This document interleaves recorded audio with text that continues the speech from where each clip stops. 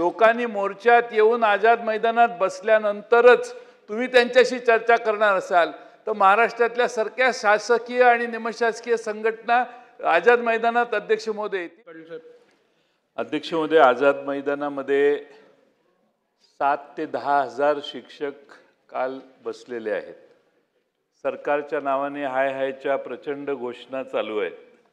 सरकारने जी कमिटमेंट दिलेली होती टप्पा अनुदान योग्य वेळी त्यांना त्या टप्प्यात अनुदानावर आणायचं त्यापासून सातत्याने सरकार पळून जातंय किंवा दुर्लक्ष करतंय किंवा टाळतंय आणि म्हणून नाईलाजाने शाळा सोडून महाराष्ट्रातले 8 ते 10 हजार शिक्षक आज आझाद मैदानात येऊन बसलेले आहेत आणि तुम्ही विद्यार्थ्यांचं नुकसान होणार नाही याच्यासाठी टप्पा अनुदान वेळेवर द्या।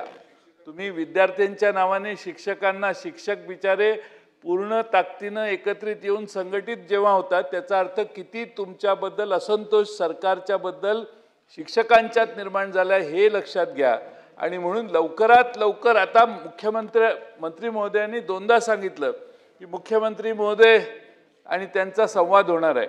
मग याच्यापूर्वी टप्पा अनुदानाबद्दल संवाद तुम्ही केला नाही का? त्यांच्या शिष्टमंडळाला यापूर्वी तुम्ही भेटला नाही का? लोकांनी मोर्चात येऊन आझाद मैदानात बसल्यानंतरच तुम्ही त्यांच्याशी चर्चा करणार असाल तर महाराष्ट्रातल्या सारख्या शासकीय आणि निमशासकीय संघटना आझाद मैदानात अध्यक्ष महोदय येतील। म्हणून माझी मागणी आहे की आजच्या आज त्यांना बोलवा आणि टप्पा अनुदान किती तारखेला देणार हे संध्याकाळपर्यंत सभागृहाला शासनाने जाहीर करावं। पर्यायाने महाराष्ट्रातल्या त्या सगळ्या शिक्षकांना आमची काळजी आम्ही त्या शिक्षकांची घेतोय। शेवटी अध्यक्ष महोदय या महाराष्ट्रातल्या शिक्षकांना अशी पाळी येणार नाही असे तुम्ही आदेश द्या। अध्यक्ष महोदय ते टाळाटाळ करतायत। तुमचा आदेश असला ना काल आता सुप्रीम कोर्टाचे चीफ जस्टिसांनी तुम्हाला एम्पॉवर केलेलं आहे त्यामुळे तुम्ही यांना जरा सांगा की वर काय होऊ शकतं यांचं ते। त्यामुळे अध्यक्ष महोदय सरकारने कोर्टात त्या बिचाऱ्या शिक्षकांना जावं लागणार नाही याची काळजी घ्यावी। बोला अध्यक्ष महोदय अध्यक्ष महोदय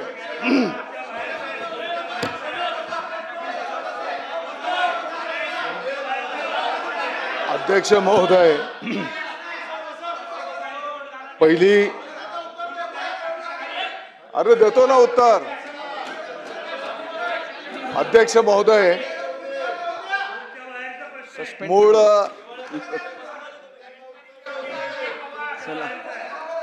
बोला सन्माननीय ज्येष्ठ नेते आदरणीय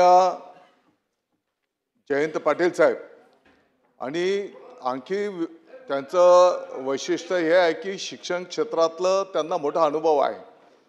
ते मोठे संस्थाचालक आहेत आणि या क्षेत्रातली त्यांना अतिशय सविस्तर खोलपर्यंतची माहिती आहे। खरं म्हणजे अध्यक्ष महोदय आत्ताचा तारांकित प्रश्न हा आहे की संच मान्यतेच्या संदर्भातला आता विषय आलेला आहे टप्पा अनुदानावर। हरकत नाही अध्यक्ष महोदय टप्पा अनुदानाच्या संदर्भामध्ये आता माननीय जयंत पाटील साहेबांनी जे काही मुद्दे उपस्थित केलेले आहेत खरं म्हणजे त्यांच्या कार्यकाळामध्ये जर या शिक्षक बांधवांची नोंद घेतली गेली असती तर कदाचित आज त्यांना या आंदोलनाची वेळ आली नसती। मुद्दा क्रमांक 1 मुद्दा क्रमांक 2 तुमच्या काळात टप्प्यात आले नसतील। पाठीमागच्या काळामध्ये शासनाने ऑलरेडी सकारात्मक निर्णय टप्पा अनुदान देण्याचा एक निर्णय झाला त्याची अंमलबजावणी पण झाली। आता हा दुसरा परत टप्प्याच्या संदर्भातला निर्णय पाठीमागच्या काळात झालेला आहे। आता त्याच्या अंमलबजावणीच्या संदर्भामध्ये मी यापूर्वीच विशद केलेला आहे की माननीय मुख्यमंत्री महोदय माननीय उपमुख्यमंत्री महोदय यांच्याशी संवाद होईल आणि त्याच्यातनं त्या ठिकाणी निश्चितपणे मार्ग निघेल।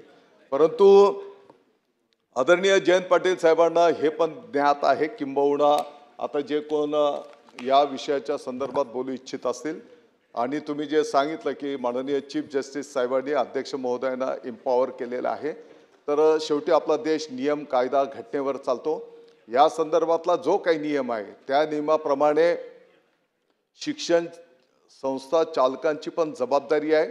जोपर्यंत आता 20% जर ते टप्पा मिळत असेल तर 80% पगार त्या शिक्षक बांधवांना देणं ही संस्था चालकाची पण जबाबदारी. मी फक्त नियम सांगतो,